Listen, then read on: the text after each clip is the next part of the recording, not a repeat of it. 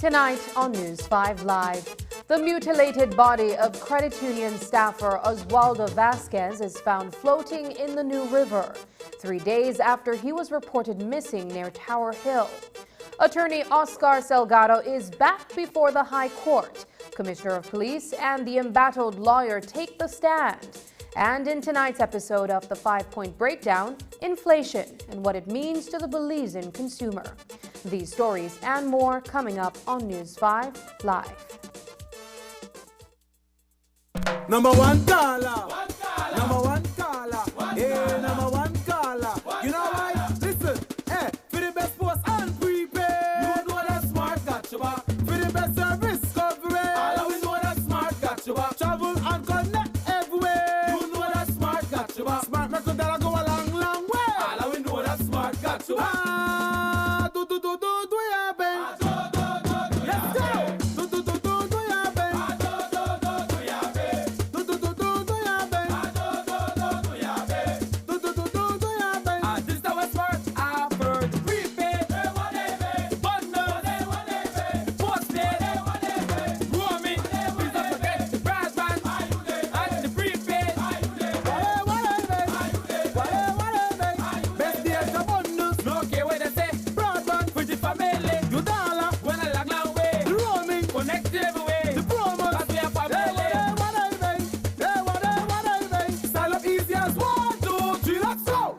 Every caller is the number one caller with smart, bringing people together. My Social Security. Your direct online access to all your Social Security information. 360 view of all your Social Security information. Registration services, benefits, contributions, and employer services at your fingertips. Enjoy all the new features with your My Social Security account. Register with SSB. Submission of benefit claims. Submission of contribution statements. View contribution record. Enjoy all your My Social Security feature at ssbportal.org.bz. Social Security at your fingertips.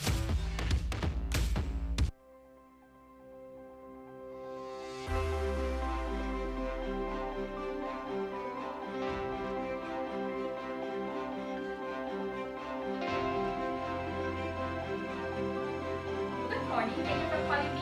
This is the inspection first. Once the inspection passes, we do the connection for you.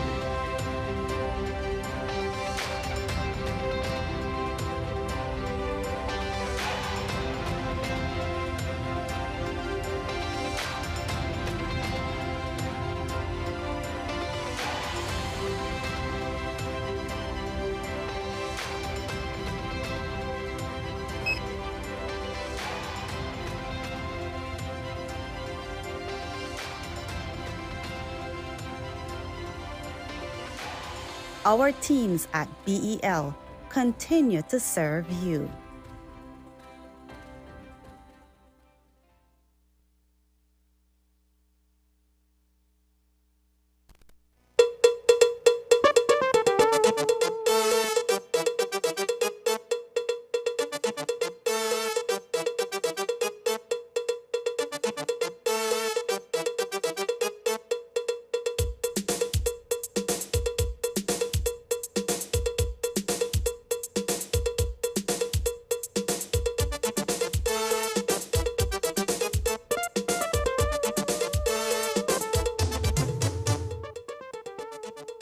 Good evening and welcome to News 5 Live for Wednesday, October 11th.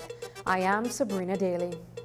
The search for 31-year-old Oswaldo Vasquez ended tragically this morning when the body of the Orange Walk resident was found floating in the New River. The marketing officer at La Immaculada Credit Union was reported missing by his wife on Sunday after Vasquez could not be located on Saturday night. Since then, the family organized multiple searches until today, when they got word from a tour operator that he spotted a body in the river near the ASR BSI compound while he was transporting tourists to Lamanai. News 5's Dwayne Moody reports.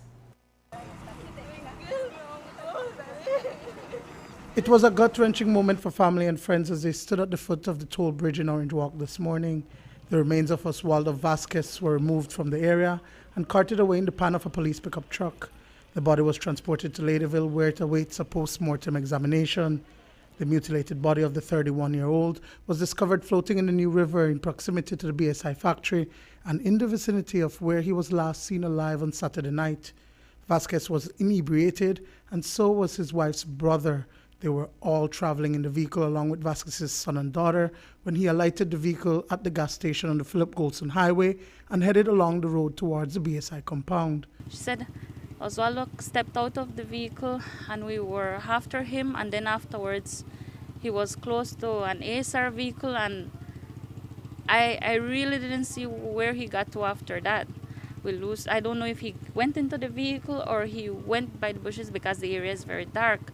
She had the 2 children with him, so some spell she went after him, pulling him back, telling him, come back in the vehicle, babe, come back. She went back in the vehicle because she have the children with her, Luke and Lynn, and she can't leave the children there and then totally go after him. Vasquez could not be found and his family headed home. Several attempts were made to reach him by cell phone until later that night when a man believed to be a security guard answered to say that he had his phone and wallet. The man said, no, it's not your husband. The man told accordingly, this is now the security, the watchman that's in front of Eleanor told her, no, it's not your husband. Your husband is here giving trouble, so come for him. And then she asked where, and the man told her it's in front of the Eleanor. And then my husband, my son, my mother-in-law, and my sister-in-law went into that vehicle immediately. They went out with the sole intention of picking up Oswaldo and bringing him home. When they reached there, the watchman told them he is no longer here. He went off, and then he stoned me with the phone and the wallet. And then they were like, but how did he went off? He went by that road, I didn't saw him. So he said he went beside there, and then he ended up to the back gate. But how? That's impossible. We were there searching. We were there with tennis, with long pants, and it was impossible for us to go through the side where he said he went because that side is full of branches and prickle.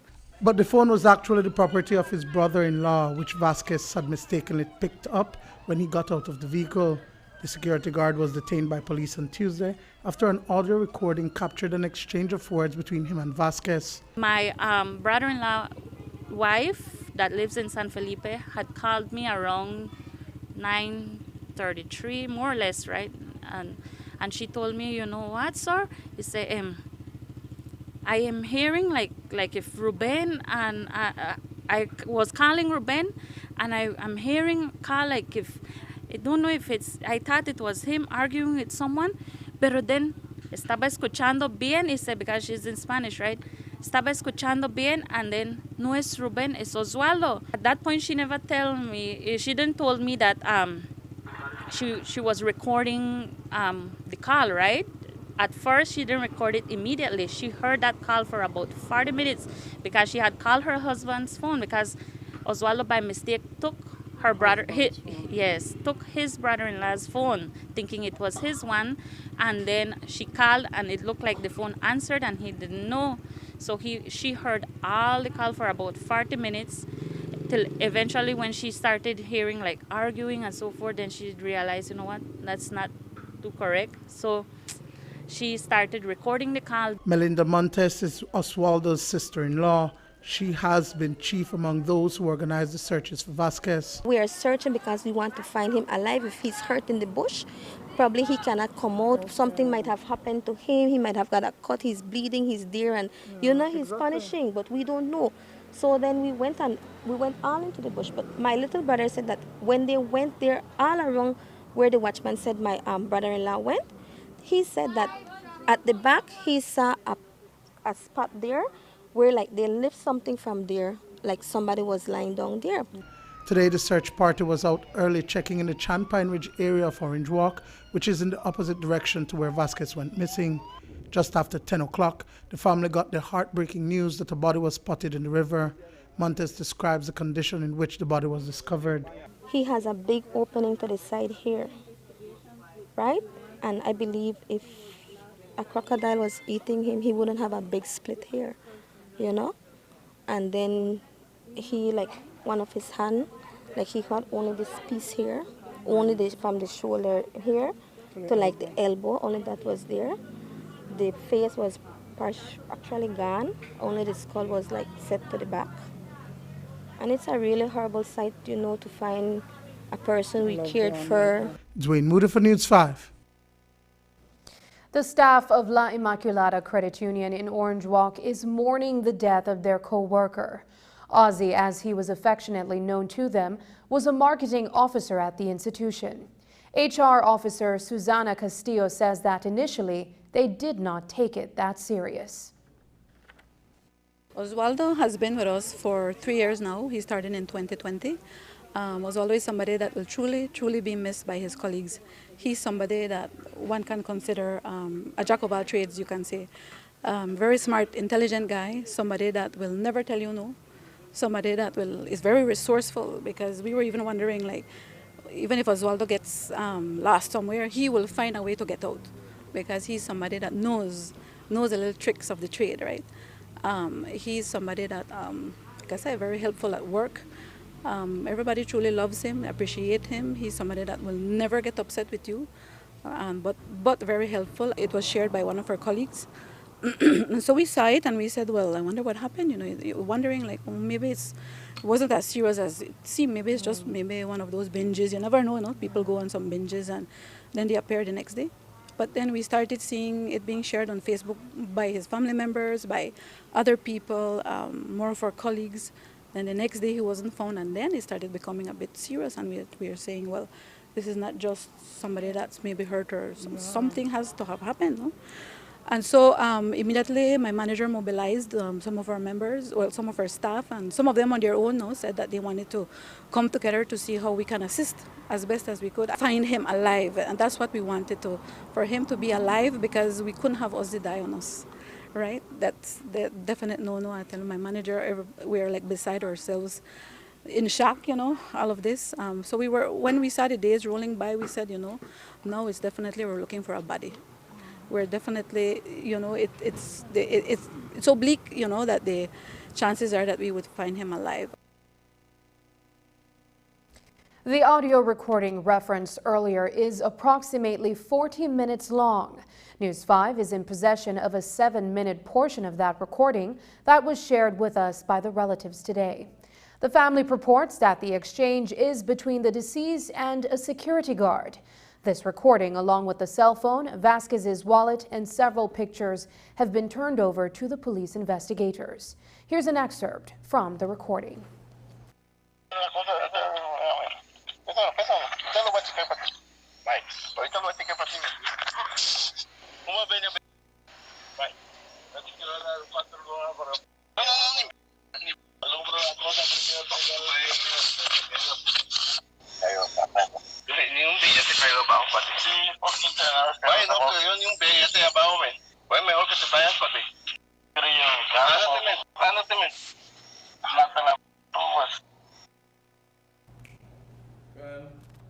Reporters caught up with Commissioner of Police Chester Williams this afternoon in Belize City.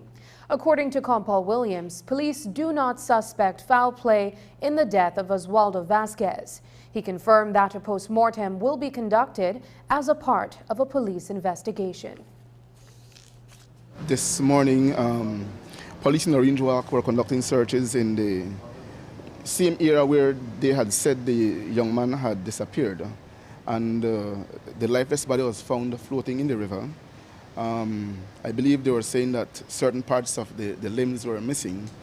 It would appear that he had been eaten by a crocodile or some animal. And so the body was retrieved from the water and was taken to the medical school on Boom Road, where a post-mortem is going to be conducted. Is there any indication that those marks may actually be chop wounds? At this time, no, we still don't suspect foul play. We'll have to wait until after the postmortem is completed, and then we'll be able to have a definitive cause of death moving forward from there. His wife and his brother-in-law are still detained? I don't think they are detained at this time. They were part of the search team with the police, along with other residents of Orange Walk Town, and we are grateful to BSI, who assisted us with boats and drones. And if it weren't for their assistance, I don't think we would have been where we are right now. Can you confirm if anyone has been detained in connection with this in terms of more recent? Like I said, we don't suspect foul play at this time, so we don't have anybody detained now. So are you able to clarify if at no point the wife was detained along with the brother-in-law? I don't think they were detained. They were simply at the police station, as would normally be the case, to answer questions and to give statements. At the end of the day, they were the last two who would have seen him alive. And in their statement, what they told the police, that they were behind the young man, trying to convince him to get back into the vehicle when he disappeared into the area. So, like I said, would normally be the case. They were taken to the police station, so that police could have gotten a proper account from them in terms of what transpired leading up to the young man's disappearance. Coming up, Oscar Salgado tells the media sorry and asks for forgiveness. We'll have more details when we come back.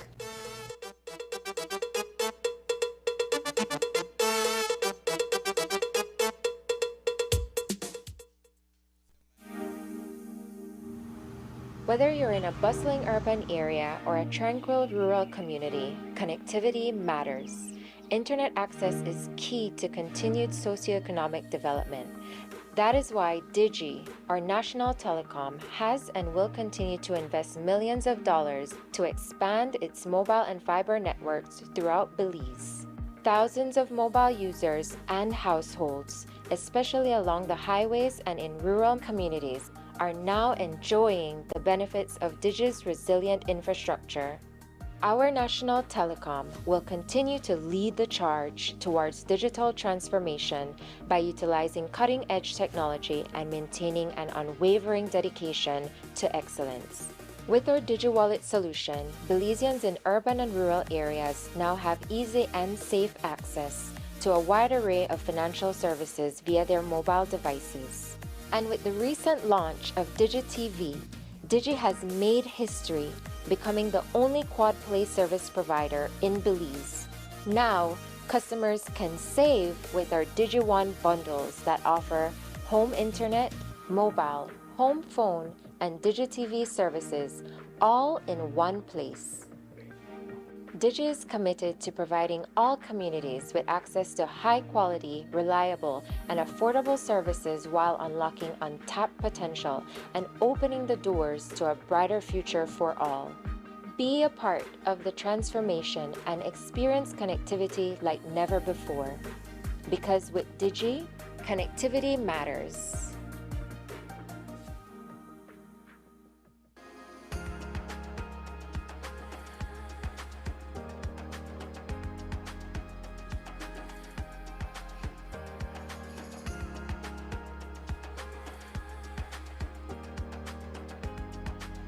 What this initiative speaks to is to enable, educate, put resources in place for schools to be more in a position to create or to use whatever they have in place to reduce unhealthy habits and promote healthy habits, food included. One aspect that will be looked at is the food that is being currently sold at schools. There are certain things we want to see more pronounced in schools, and that's where we're looking at having the Healthy Habits, Healthy Schools, Healthy Belize initiative. If you have limited resources, what is it that you can provide to children that is healthy, that is nutritious, that will be affordable, that children or students can eat? Our bottom line has to be, and we have to be consistent and targeted and calculated about it. We have to remind those of us that live in Belize, all of us, that we have to change. What we do within the walls of the school system is to get our stakeholders to understand this is a healthy choice, this is not. This is a healthy choice, this is not. And as the leaders within this system, we make available to the best of our ability the healthy choices. The teachers have been involved in capacity building sessions to get them to understand how to talk to children about leading healthy lifestyles, what type of support system the school needs to have in place so that children see and understand that these are the choices they need to make.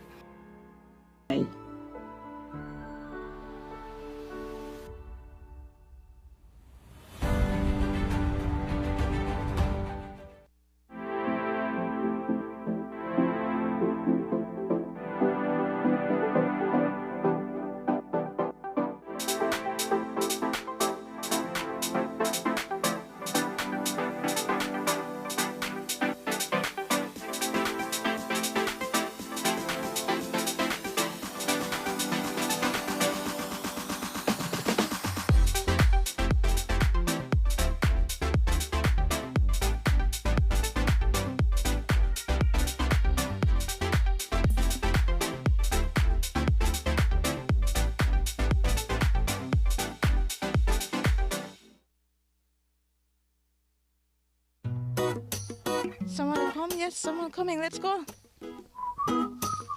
Sa. Fastest question of the day. Why you the letter here? Who said me the letter? That sign right there. You can't read? Well, make I tell you something. In this here community, everybody dump here, so me just dump my garbage right here.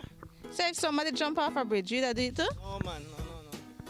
You never know that littering is an environmental crime and Department of the Environment can charge you for that? Why is that a crime?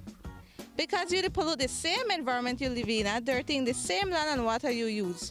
You don't even know that you dumping garbage can make you and your family sick by attracting disease-carrying pests, and the Department of the Environment just to try help we take care of the we environment. So all of that? Well, now that you put it that way.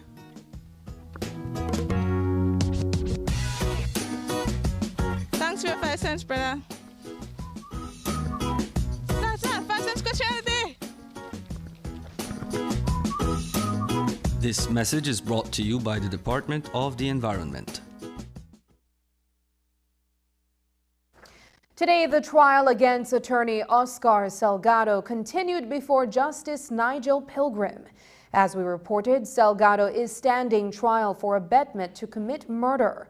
When the matter was adjourned 7 days ago, Commissioner of Police Chester Williams was still on the witness stand. The court was preparing to hear several recorded phone calls of conversations between Compal Williams, the Director of Public Prosecution, Sherilyn Vidal, and Giovanni Ramirez that date back to June and August 2023. Ramirez is the Crown's key witness. Back in 2019, he reportedly told police that he was hired by Salgado to kill a Belize City woman. Initially, Ramirez reportedly agreed to testify before the court. But after some time had passed, Ramirez changed his mind. Compal Williams at first had a conversation over the phone with Ramirez alone, which was partially recorded. Compal Williams also recorded 2 subsequent phone calls. This time, the DPP was also on the calls. We will tell you more about what those cell phone recordings revealed. But first, at today's adjournment, Oscar Salgado approached the media with remorse, asking for forgiveness for the manner in which he addressed reporters the last time we spoke. I must apologize for being hostile. I think I just used the wrong words last week when I addressed the media. Please forgive me for it. I'm a friend of the media, and I will cooperate with the media whenever the case is finished. Where was your mind at that time when you made that comment? I was apprehensive because I'm used to being on one side, not the other side in court. I'm used to being the defense counsel, not the defendant. And as I addressed the court a while ago, Friday will be my birthday. I'll be 54 on Friday, and I've never been to court as a defendant in my life. So I was a bit apprehensive, and I think I lost my cool, but my apologies to not only the media, but to the Belizean public who probably got the wrong impression that I was rough. But as soon as the trial is finished, I will have a word with the media and express what I think. Currently, how has this trial been affecting your public image? You resigned from the Labor Advisory Board. Yes, I was the chairman of the Labor Advisory Board, and I thought that it was in the best interest of the board to have a chairman that is not embroiled in some sort of scandal. This is a scandal, you know, but my public image, my clients know who I am.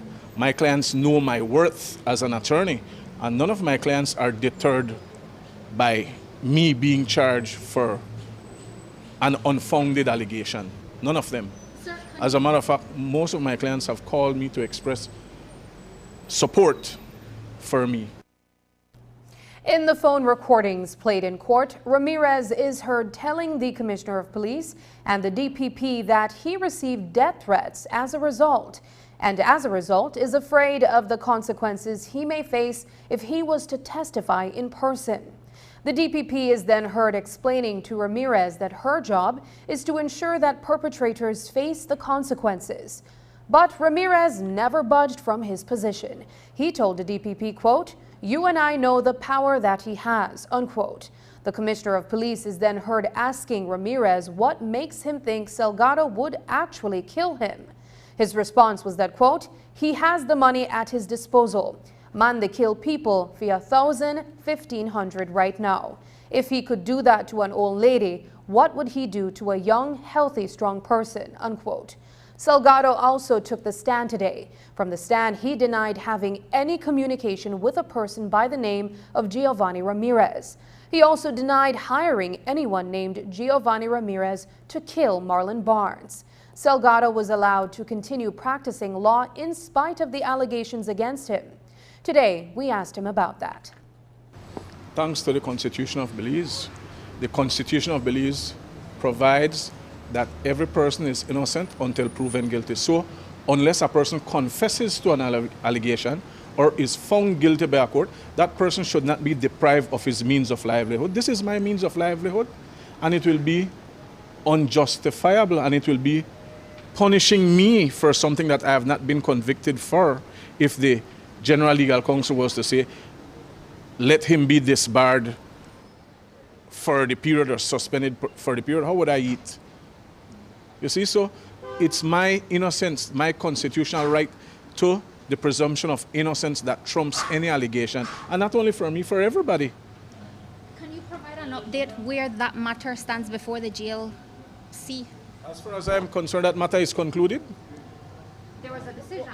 I don't know if there was a decision outright, but I know that the GLC discontinued the hearings from whenever it was 2022. 2021, whenever 2020, I even lost track of it, but I know that I don't want to comment about it because if there was no decision, then the matter is before the GLC.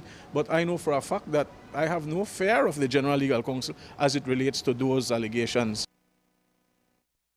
The matter has been adjourned to November 6th. In his testimony from the stand, Salgado told the court that he received a copy of phone records from BTL that reveals he never used his phone to contact anyone named Giovanni Ramirez. Salgado's attorney, Adolf Lucas, also spoke with us. The situation now we are adjourned until the DPP going to cross-examine.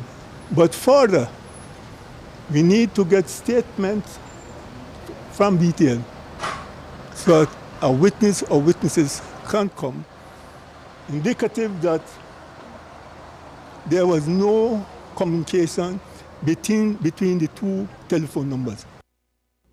A pair of Mexican men appeared in the magistrate's court today to face charges of theft and abetment to theft of two rental vehicles belonging to Budget Auto Rental Car. 28-year-old Alejandro Gonzalez is charged with theft and 38-year-old Carlos Morales is charged with abetment to theft. Both men, who claim they're businessmen in Mexico, are accused of stealing a 2020 white four-door Kia Sorento and a 2022 white four-door Equinox, each valued at $60,000. Because they are considered flight risks, they were remanded to the Belize Central Prison. Allegations are that on July 21st, Gonzalez dishonestly appropriated the Kia Sorento and the following day dishonestly appropriated the Equinox. Morales is accused of purposely aiding Gonzalez in the commission of the crime. Prosecutor in the case, Sergeant Kennard Clark, asked that a plea not be taken from the two accused men, as he is awaiting directives from his superior on whether or not the matter will be tried on indictment or summarily, due to the amount being over $50,000. In light of that, the court did not take a plea. The prosecutor also objected to bail since the men are Mexican and are considered a flight risk. When Morales heard he would be remanded, he told the court he wanted to plead guilty to the charges. But the magistrate informed him that the plea could not be accepted, since no plea was taken in the first place. They have been remanded until October 21st. Up next, there's much more news after the break, so stay with us.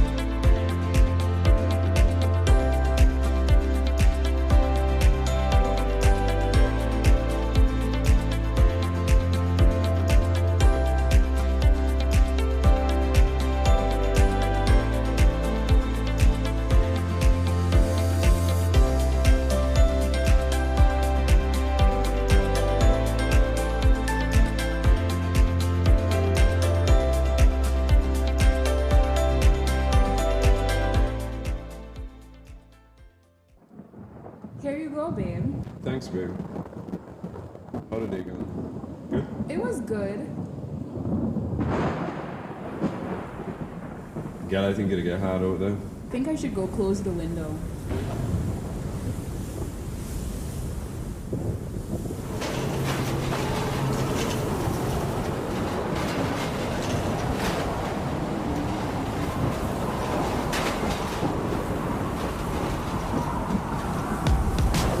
Don't let this happen to you. At Design Depot, we have Oran windows, exactly what you need to weather any storm and keep you safe. With Oran, you get strength, durability, and security. Oran features a strong double latch that closes securely, all at an affordable price only at Design Depot. With Oran, you'll always be safe.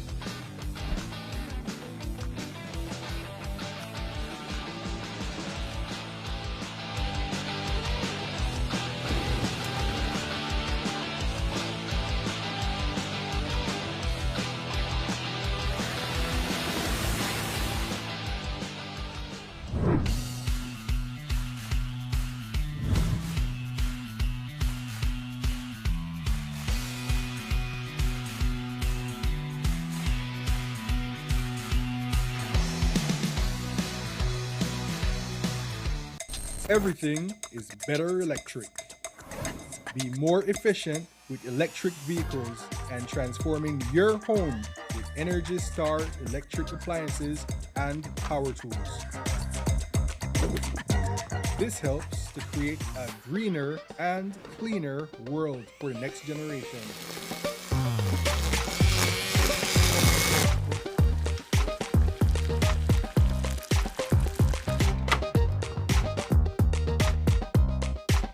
energize your world. Inflation has become a hot-button topic across the country. In 2022, the nation saw the highest annual inflation rate since 2008. Prime Minister John Briceño has stated that the annual inflation rate for this year will be significantly lower. Yet, and still, Belizeans across the country are feeling the pinch at grocery stores and at the fuel pumps. But what are some of the factors causing inflation, and can we expect some relief anytime soon? In this installment of the 5-Point Breakdown, News 5's Paul Lopez takes a closer look at inflation and the effect the numbers are having on Belizeans. Here's that report.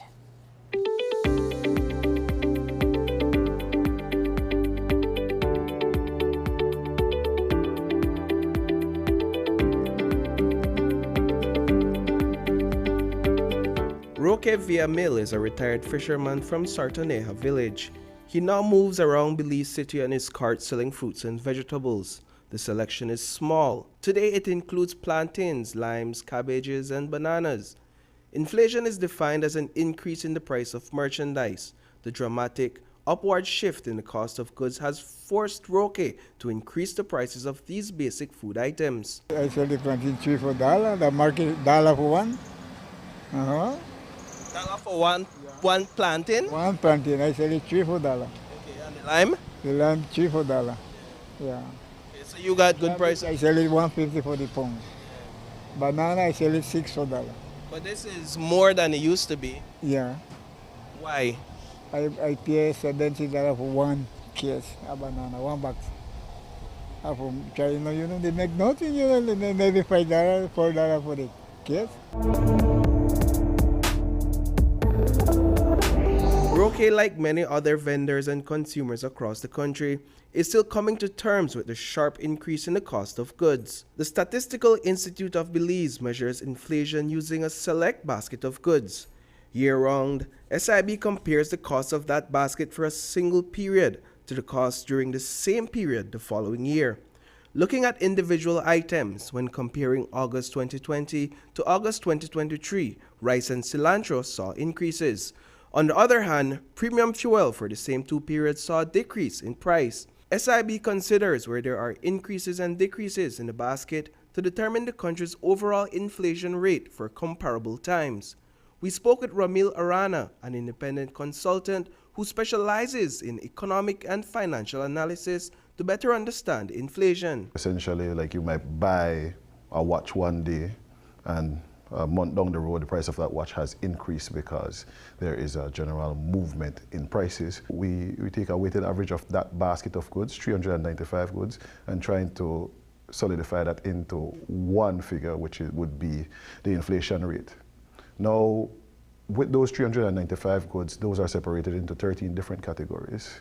There are different categories like transportation, housing, there's personal care. So the movement in specific goods more or less determines what goes on with the inflation rate.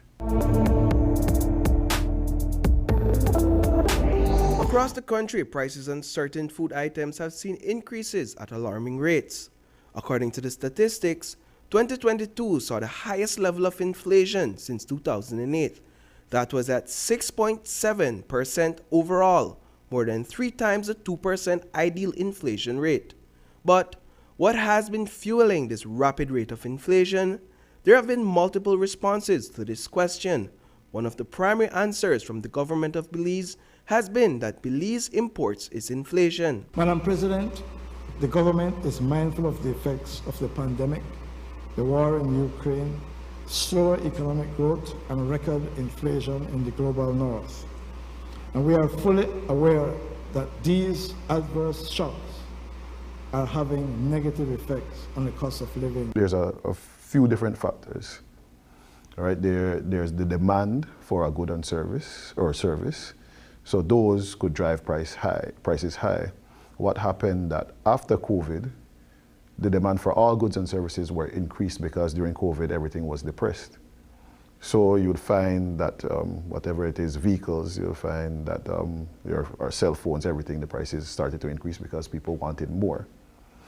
as it pertains to the cost side now, the cost side has to do with, more than likely, with oil and oil-related products.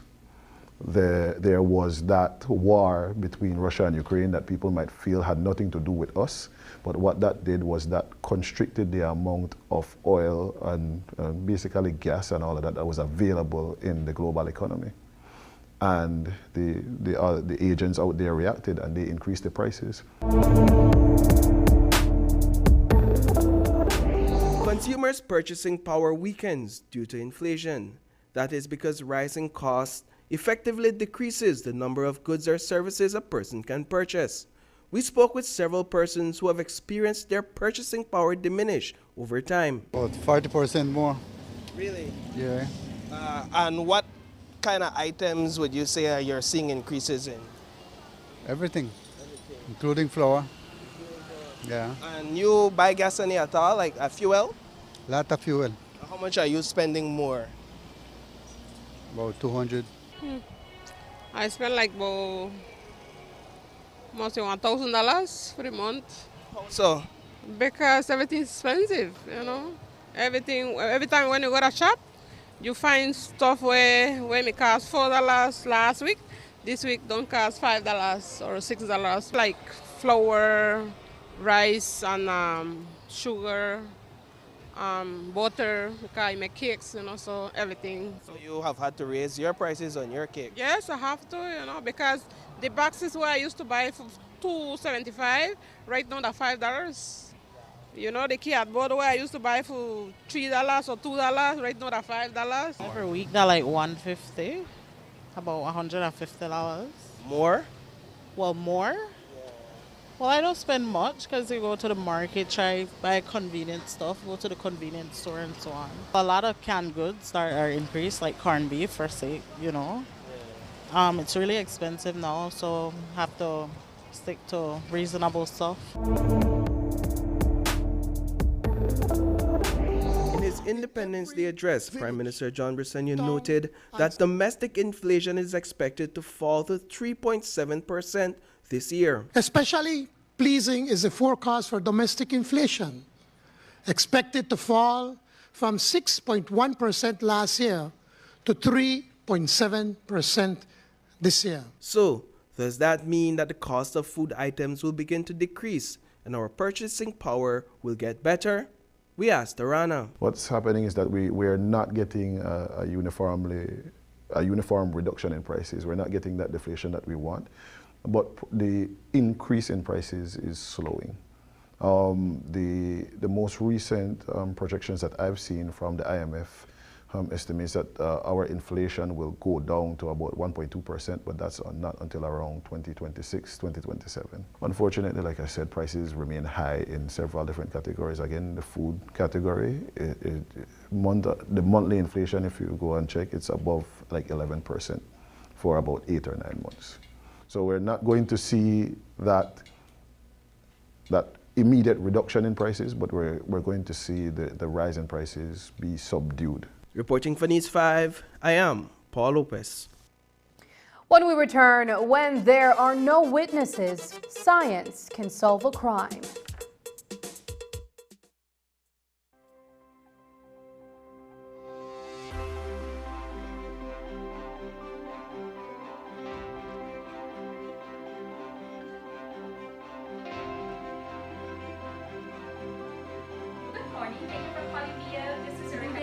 First, once the inspection passes, we do the connection for you.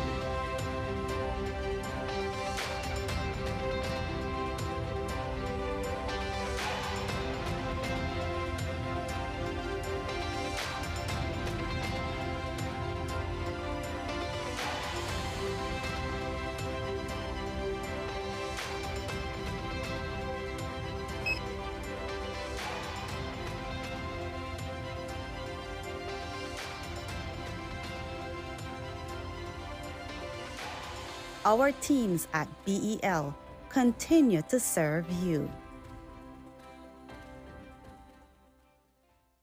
My name is Denise Mala.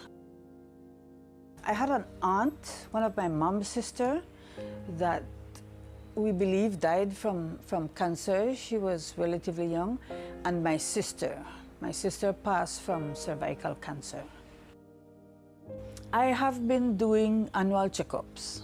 Recently, after one of the annual checkups, I noticed, a change in one of my breasts. I went for the next checkup earlier and I brought it to the attention of my treating doctor. He looked at it and he said he didn't like what he was seeing. A biopsy was requested and then the biopsy came back positive. When you first find out these things, you think about a lot of things and then eventually it comes around to the finance. I recalled this insurance, critical illness insurance that I had that I was paying. And that was probably the first time I read that contract. I read it in its entirety. And then I recognized that, this is going to assist me. I called the office, spoke with my agent. He was very helpful, guided me through what I needed to do. So I went through the process and I communicated with him a couple times and he just informed me what was happening. In a pretty short period of time, I was paid my insurance. This plan that I had been paying for many years, in my time of need, that came through for me. Having that insurance helped me significantly. It is absolutely something that everyone should consider because you never know when you're going to need it.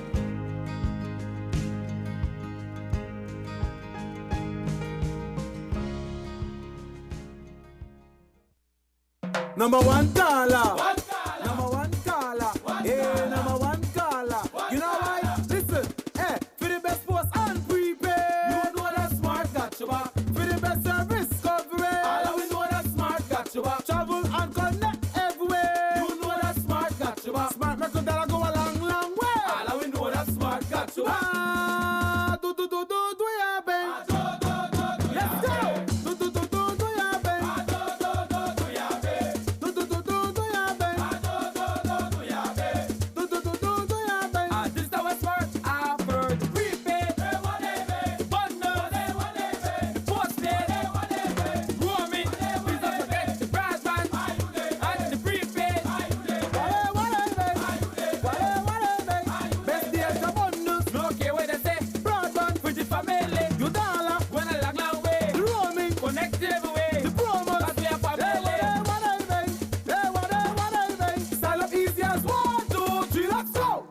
Every caller is the number one caller with smart, bringing people together.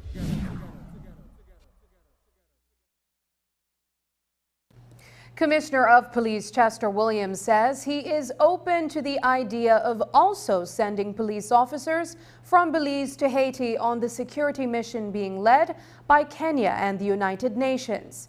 According to Compal Williams, several police officers have approached him to voice their willingness. So far, the conversation has been surrounding the deployment of Belize Defense Force soldiers and members of the Belize Coast Guard. Have approached and said that if there should be a deployment to Haiti, they would like to go. Again, police officers are aware that when it comes to the nature of our work, we're subject to be deployed anywhere across the country, and if needs be to go and do peace mission in other countries, then that is the case. Every year we have Operation Trade Winds, and Operation Trade Winds do prepare the member state for situations like these in the event that they need to gather troops from different countries to go and assist other countries. And while some of us might look and say, but why go to Haiti when we have our own issues at home? We must understand too that we have our own issues that could eventually lead to us requiring our counterparts or our neighboring countries to come in and assist us in the event that, let's say, for example, something Guatemala. And so we cannot sit and say that we should not help because it is not our problem. Sometimes other people's problem could end up becoming ours, and sometimes we may find ourselves in positions where we would need assistance from others, and if we are not willing to assist now, what would then trigger other countries to assist us if or when we need assistance? So we need to strike a balance in terms of what we see and decisions that we would make. But at the end of the day, it's a matter for the Prime Minister to decide if in fact police officers are going to Haiti, and if that is the case, when and how much police officers. As a commissioner of police, I will yield to the directives given by the Prime Minister, who is the chief in this country in terms of the deployment of security forces. The United Democratic Party will be protesting in front of the National Assembly building on Friday. Leader of the opposition Moses Shine Barrow made the announcement last week. According to Barrow, the party will be protesting the manner in which the Social Security Board is managing SSB funds. We asked Compal Williams about security preparations for the protest. Applied for permission to protest at the National Assembly on Friday. I have given instructions to approve the request. And as a department, as we normally do, yes, we are preparing for that. I don't anticipate that they are going to cause any issues with the police. I anticipate that it's going to be peaceful, and we're going to work with them as we normally do. You've probably seen this before. A crime is committed, but the witnesses are killed or there are simply none. And the prosecution relies heavily on science to fill in the blanks. In almost all of these cases, DNA evidence can link the perpetrator to the scene, even if he or she has the best alibi to offer. In reality, different jurisdictions have different variables to consider, different provisions and different laws. Belize still does not boast a full-fledged DNA forensic laboratory, which oftentimes can link a suspect or victim to a crime scene. Many would recall the high-profile trial of William Danny Mason and 4 of his employees who were all convicted of the murder of Pastor Llewellyn Lucas, based on what the DNA evidence determined. In this story, News 5's Marian Ali looks at forensic science and how it can trace a suspect to a particular crime. Here's that report. Sir, do you have any words to say? Anything to say? Mr. Mason. Mr. Mason, you've been convicted of murder. You have anything to say? I have a lot to say right now. But what you? Life is sentence, sir. I'll leave that to the lawyers. Guilty as charged. That was the reverberating verdict back in December 2019, when former businessman William Danny Mason and 4 co-defendants were all convicted of murder. They were positively linked to the heinous murder of Pastor Llewellyn Lucas. In that case, forensic evidence, specifically DNA evidence, tied the men to the crime. It was a case where science proved beyond a shadow of doubt that the accused persons were involved in a crime that had been committed. According to Executive Director of the Belize National Forensic Science Service, Jian Cho, forensic science has led to convictions in several other cases. There have been also convictions on DNA evidence. Every year we get at least a few of them. Last year I think there was some sexual assault cases, some rape cases that got convictions based on DNA evidence. The Danny Mason case got conviction based on DNA evidence. Because DNA capabilities are still not available in Belize, samples of genetic material in the Mason trial were sent abroad for testing. It was the hope of Anisha Young's family that they could have gotten whatever evidence was found after she went missing in December 2018 and sent them for DNA testing as well. Her uncle, Nelson Tillett, told News 5 previously that they were told the procedures didn't provide for that. My sister want actually get the swabs there and ship it to America where he could do the forensic there. But she may actually want to bring in a private investigator, but they said that the work, so. The most recent person to be reported missing and who remains so is Lake Independence resident, 17-year-old Malachi Hamilton. His aunt told us on Tuesday evening that she is convinced he was killed because he had been threatened. Now the family hopes that the investigation can lead to an arrest. He was being threatened. His life was in danger. Yeah. There are several people who wanted to hurt him. Why? Gang affiliated. And so you feel somebody has harmed him? The family feels so? Honestly, I'm 100% sure that my nephew is dead. It's just a matter of time in finding his body. In cases like these, where there will likely be no witness to the crime, it is the forensic evidence that the prosecution relies mostly on to secure a guilty verdict. For the Belize National Forensic Science Service, the work that is being done is critical in achieving this result. Being able to link a bullet to a particular firearm will prove that the firearm is what was used to shoot the person. What we've been finding and providing to investigators are linkages of recent shootings to past shootings to show how firearms are used, sometimes in multiple incidents, or how shooting incidents are related to each other. Being able to link body fluids, especially blood, is another way to link accused to the victim or accused to the scene, or sometimes victim to the scene. We also are able, within that same section for serology, that does the blood, the identification of blood, semen or other body fluids that can be, or that are very useful, especially where there's sexual assault involved. But when the NFSS is unable to, Cho explains that they rely on a U.S. lab for assistance. Whenever Belize sends out samples for DNA testing, it carries a price of $6,000 for the country. Currently, we ship out our DNA to a laboratory in the USA. So out of all those suspected blood or body fluids samples that come into the laboratory, our serology section first examines them, see if there's body fluid identified, confirmed, and then they take an extract of that or a further sample of that and send it out along with something to compare it to, right? Because we can't just send one sample by itself. You'll be able to extract a profile if it's not decomposed or degraded. But if you don't have a profile to compare it to, a known sample from either the victim or the suspect, then all you have is a unknown DNA profile. With the addition of new testing capabilities, it is anticipated that the 17 sets of human remains awaiting identification and cause of death will conclude these open cases.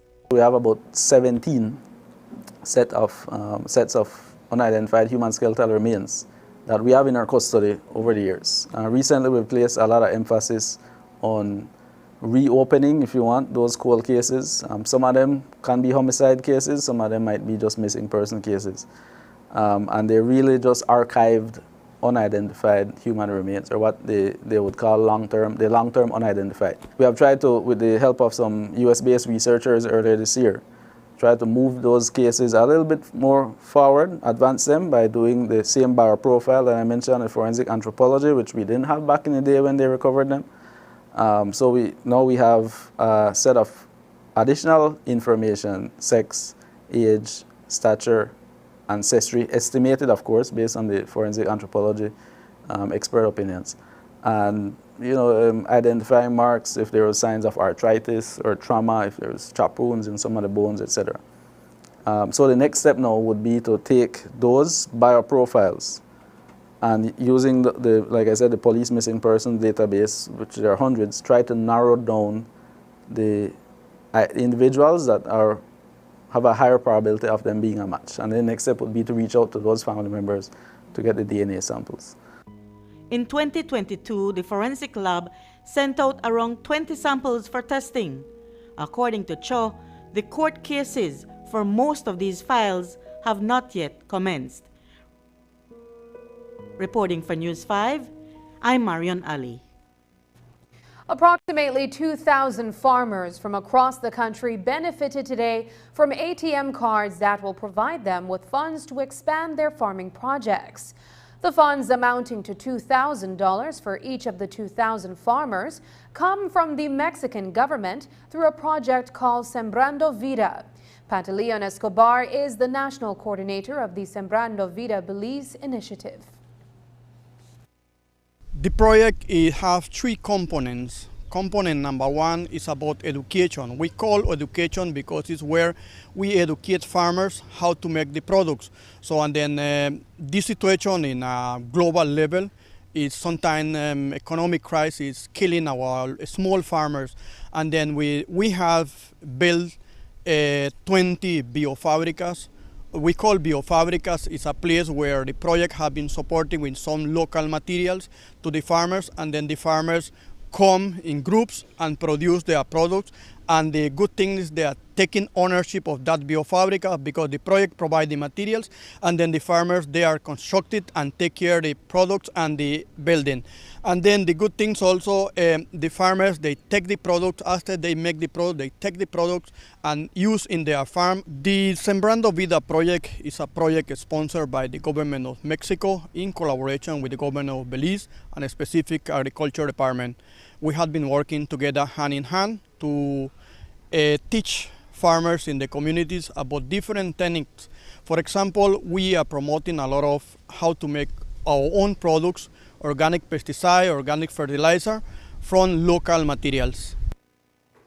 October 12th is being set aside for the first time as Ombuds Day, a celebration of transparency, accountability, and fairness. On Thursday, an inaugural ceremony as well as an expo will be held at the Memorial Park to observe the day. Under the theme, Transparency, Trust, and Transformation, it highlights the principles of open and accountable government, fundamental in building trust within the community and fostering positive change. Activities will include a public information session during which the Ombudsman Office will inform the public about the roles of the Ombudsman and how to take advantage of the available resources.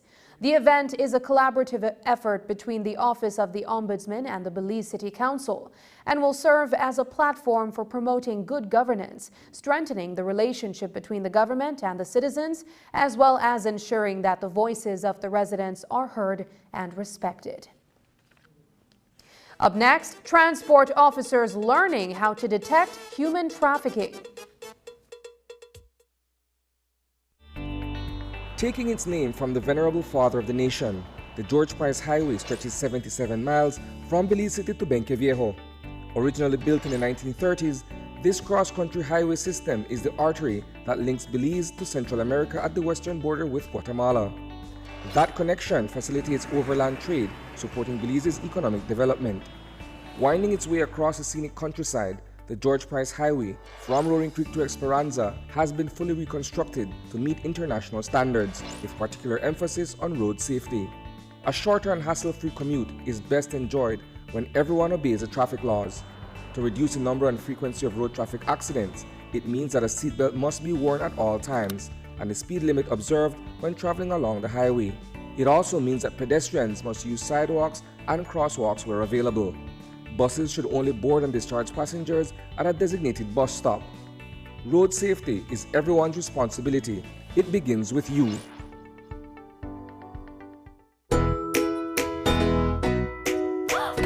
Who's my last little bit of paint? Paint? How can that be a problem? We got you. You have the exact color? Definitely. Attention DIY enthusiasts and professional builders. It's Builders Hardware's Mega Sale, starting October 16th and running through to December 30th. During our Mega Sale, you can enjoy up to 30% off items in our store. Looking to freshen up your home? Then enjoy 20% off on all paints, wood stains, and accessories. But that's not all. You get a whopping 25% discount on all other items in our store and a massive 30% off selected items. At Builders Hardware, we believe our customers are awesome. And that's why we're committed to providing top-notch service and the highest quality products. So whether you're a seasoned pro or a DIY beginner, we are waiting for you. Builders Hardware Mega Sale from October 16th until the end of the year.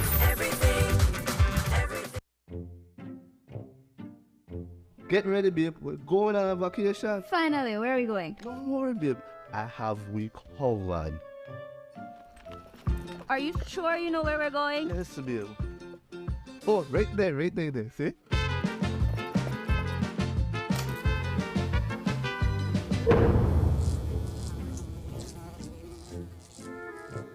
Babe, the price me too good to be true. Me look much more better in that picture.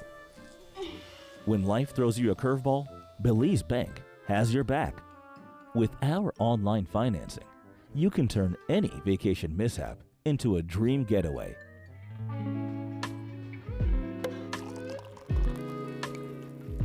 cheers to Belize Bank for making our dream vacation a reality. Thanks to you, be able to turn things around. No thanks to you, cheapo. Ouch. Experience the future of financing with Belize Bank online, where you can secure funds for anything, from anywhere, at any time, all without stepping foot in a bank. Apply for a loan today and unlock a world of possibilities. Number one caller. Number one caller. Hey, number one caller. You know why? Listen, hey, for the best post and prepaid. You know that smart got you back. For the best service coverage. All we know that smart got you back. Travel and connect everywhere. You know that smart got you back. Smart record that'll go a long, long way. All we know that smart got you back. Ah, do ya, Ben. Let's go. Do ya, Ben.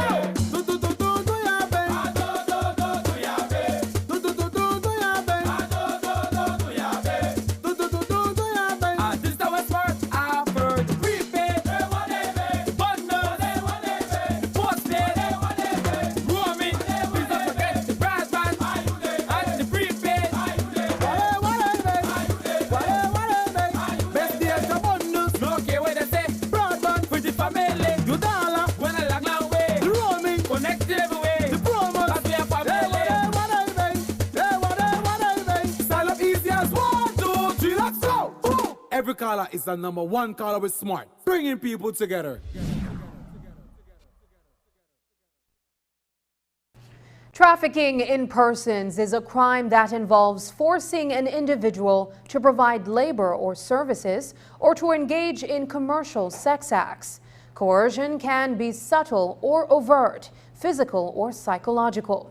Taking advantage of minors for the purpose of commercial sex is also human trafficking, regardless of whether any form of force, fraud, or coercion is used.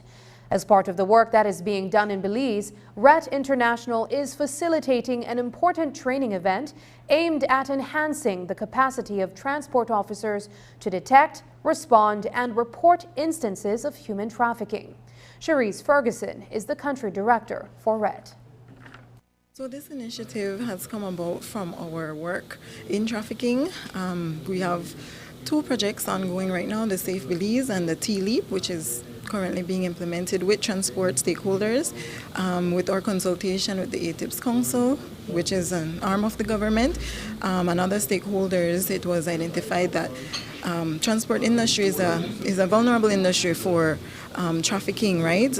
Persons being moved or transportation stakeholders being utilized to move persons from one area to another, and so it's key for the awareness to be built within this industry so that persons know what is trafficking, what it looks like, the indicators, and how to prevent becoming involved in it. You know, we also touch a bit about the law as well. So it's an effort to raise awareness, increase awareness across the board, and our transportation partners have been very receptive to the information shared. This afternoon at the SCA conference room in Belize City, traffic officers from the Belize Council as well as the Transport Department were on hand for the training. Leading the session was John Arana, project officer for the Transportation Leaders Empowered Through Education Awareness and Effective Policy Change on Human Trafficking in Belize. T-Leap. Today we did training for transport officers within the Belize district. We are executing a project where we are raising awareness about human trafficking countrywide. So we started in Orange Walk and Corozal, and today we are doing in Belize City. So we have officers from the Transport Department and from Belize City Council. Could you share with us more or less what was taught to them during this training? Yes, we give them the basics about human trafficking and also how to identify when a case of human trafficking is occur and how the traffickers operate and what impact it has on the victims of human trafficking. How do they fit in as stakeholders in this particular objective? Yes, the traffickers move individuals from one point to the next. So we want to reach out to those who are in the transportation industry, land, sea, and air. So today we are doing the terrestrial individuals. A memorandum of understanding was signed this afternoon between the National Emergency Management Organization, NEMO, the Belize Chamber of Commerce and Industry, the Scouts Association of Belize, the Belize Red Cross, and the Statistical Institute of Belize. The signing ceremony was done through the Ministry of Sustainable Development, Climate Change, and Disaster Risk Management. This gathering represents a pivotal moment in our shared commitment to resilience and disaster risk reduction, as these MOUs will set the stage for a continued collaboration, uniting our strengths and resources in a concerted effort to build a more resilient, prepared, and compassionate Belize. NEMO and your prestigious organizations have a long history of productive collaboration on knowledge and capacity building activities in Belize. Over the years, our partnerships have focused on activities to prepare for disaster situations. Today, we reaffirm our partnership, affirming our dedication to cooperation and the pursuit of common goals as we collectively face the challenges posed by climate change and disasters and work towards a brighter and safer future for all Belizeans. A House committee meeting was held earlier today at the Assembly building in Belmopan, where an issue involving opposition leader Shine Barrow was raised in respect of a terse email that was written to Speaker Valerie Woods ahead of the August 11 sitting of the House of Representatives. Viewers would recall that Barrow had filed a request for a no-confidence motion to be tabled against Prime Minister John Briceño 11 days prior to that House meeting being held. He did not get a reply from Woods until the night before the scheduled sitting of Parliament. His curt response, in which he referred to the House Speaker as, quote, a complete waste of time, unquote, raised the ire of several parliamentarians, including the House Speaker. During today's House Committee meeting, a vote was taken on the matter, and Barrow's UDP colleague Patrick Faber, who was absent from the meeting but submitted a letter, voted in line with government. According to Barrow, whom we spoke with by phone this evening, the letter from Collet Area Representative Patrick Faber essentially ridiculed him. After seeking advice on the matter, Barrow informed News 5 that the decision taken by Faber is tantamount to crossing the floor. We'll have more on this in Thursday's newscast. And that's the news. Tonight's broadcast is available at channel5belize.com, on our Facebook and on YouTube. I'm Sabrina Daly. Thanks for joining us, and from all of us here at News 5, good night.